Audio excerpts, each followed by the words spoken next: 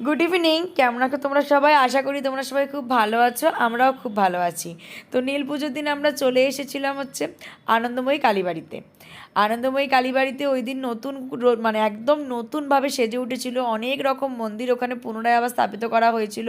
যেমন ওখানে দুর্গা মন্দির বানানো হয়েছিল, আরও বিভিন্ন অনেক রকমের বড় ঠাকুরকে করা হয়েছিল, আরও অনেক বিভিন্ন রকমের মন্দির মানে ঠাকুর স্থাপিত করা হয়েছিল, যেগুলো ঠাকুরের আমি নাম জানি না। মানে একটু অন্য ধরনেরই ঠাকুর, তোমরা হয়তো যদি কেউ জেনে থাকো তাহলে কমেন্ট করে জানিও যে ওগুলো কী ঠাকুর। তো মন্দিরটা এত সুন্দর করে নতুনভাবে সাজিয়েছে, মানে দেখার মতন, মানে পুরো চেনাই যাচ্ছে না, আগে ছিল একরকম আর এখন ছিল এক রকমের। আর পুরো পাথর দিয়ে তৈরি হয়েছিল, একদম সব কিছু পাথর দিয়ে তৈরি করা হয়েছিল। দেওয়ালের যে বিভিন্ন রকমের ডিজাইন সেগুলো সব পাথর দিয়ে তৈরি হয়েছিল। এখানে বিভিন্ন রকমের ঠাকুরের মূর্তি পুরো একদম মার্বেল পাথর দিয়ে তৈরি করা হয়েছিল। মানে অর্ধেক ঠাকুরের নাম আমি জানি না, কিন্তু এত সুন্দর মার্বেল দিয়ে তৈরি করা হয়েছিল। তারপরে গোল্ডেনের কাজ ছিল এখানে, কালো কালারেরও কিছু পাথরের মূর্তি দিয়ে তৈরি করা হয়েছিল, যেগুলো ঠাকুরের নাম জানি না আমি। একটা ঠাকুরের খালি নাম আমি জানি, যেটা হচ্ছে যে এটা হচ্ছে সূর্য দেবতা মনে হয়, আর ওটা হচ্ছে বড় ঠাকুর ছিল। আর তার পাশে যে ঠাকুরটা ছিল সেটা আমি জানি না কী ঠাকুর ছিল। তো চলো মাকে একবার দর্শন করা যায়। এখানে আমরা উঠে যাচ্ছিলাম ওপরের দিকে মাকে দর্শন করার জন্য।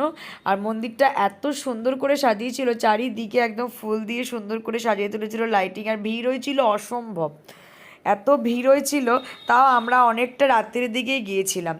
আরও যদি আগে আসতাম তাহলে হয়তো আরও ভিড় পেতাম। এই মায়ের মন্দিরের সামনেটা তো একটু ফাঁকা ছিল, কারণ নিচে তো ফাংশন হচ্ছিল, ওই জন্য।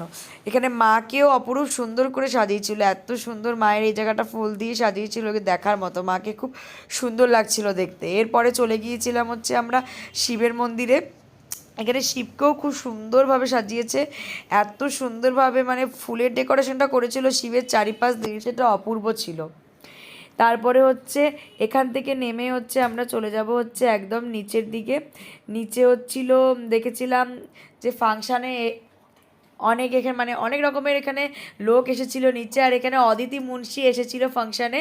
তো এরপরে হচ্ছে নিচে আমরা চলে যাব ফাংশান দেখতে। আগে এখানে বাবাকে ভালো করে দর্শন করে নেই, তারপর। আর এখানে হচ্ছে মেন যে দুর্গা মন্দিরটা, যেটা অনেক বড় করে বানানো হয়েছিল, মানে এখানে আমাদের যেভাবে দুর্গা পুজোর সময় দুর্গা আমাদের যেভাবে পূজিত হন, ঠিক সেরকমভাবেই এখানে বানানো হয়েছিল। একদম দুর্গা, লক্ষ্মী, গণেশ, কার্তিক, সরস্বতী সবই ছিল, মহিষাসুর, একদম মানে দুর্গা প্রতিমার মতোই বানানো হয়েছিল, কিন্তু সব মার্বেলের পাথরের ছিল। আর এখানে তোমরা দেখতেই পাচ্ছ যে অসম্ভব ভিড় হয়েছিল নিচে ফাংশনের জায়গাটাতে। এখানে রামায়ণের কিছু কিছু দৃশ্য এখানে ফুটিয়ে তুলেছিল, মানে যেগুলো যেগুলো মেন দৃশ্য ছিল সেগুলো। আর এখানে হচ্ছে এরপরে হচ্ছে আমরা যাব হচ্ছে একটু ফাংশন দেখার জন্য, যেখানে অদিতি মুন্সি গান গাইছিল। এখানে দেখতে পাচ্ছ আমরা সামনের দিকে যেতেই পারিনি, এত ভিড় ছিল, অনেক কষ্ট করে তাও একটুকুনি সামনের দিকে গেছি।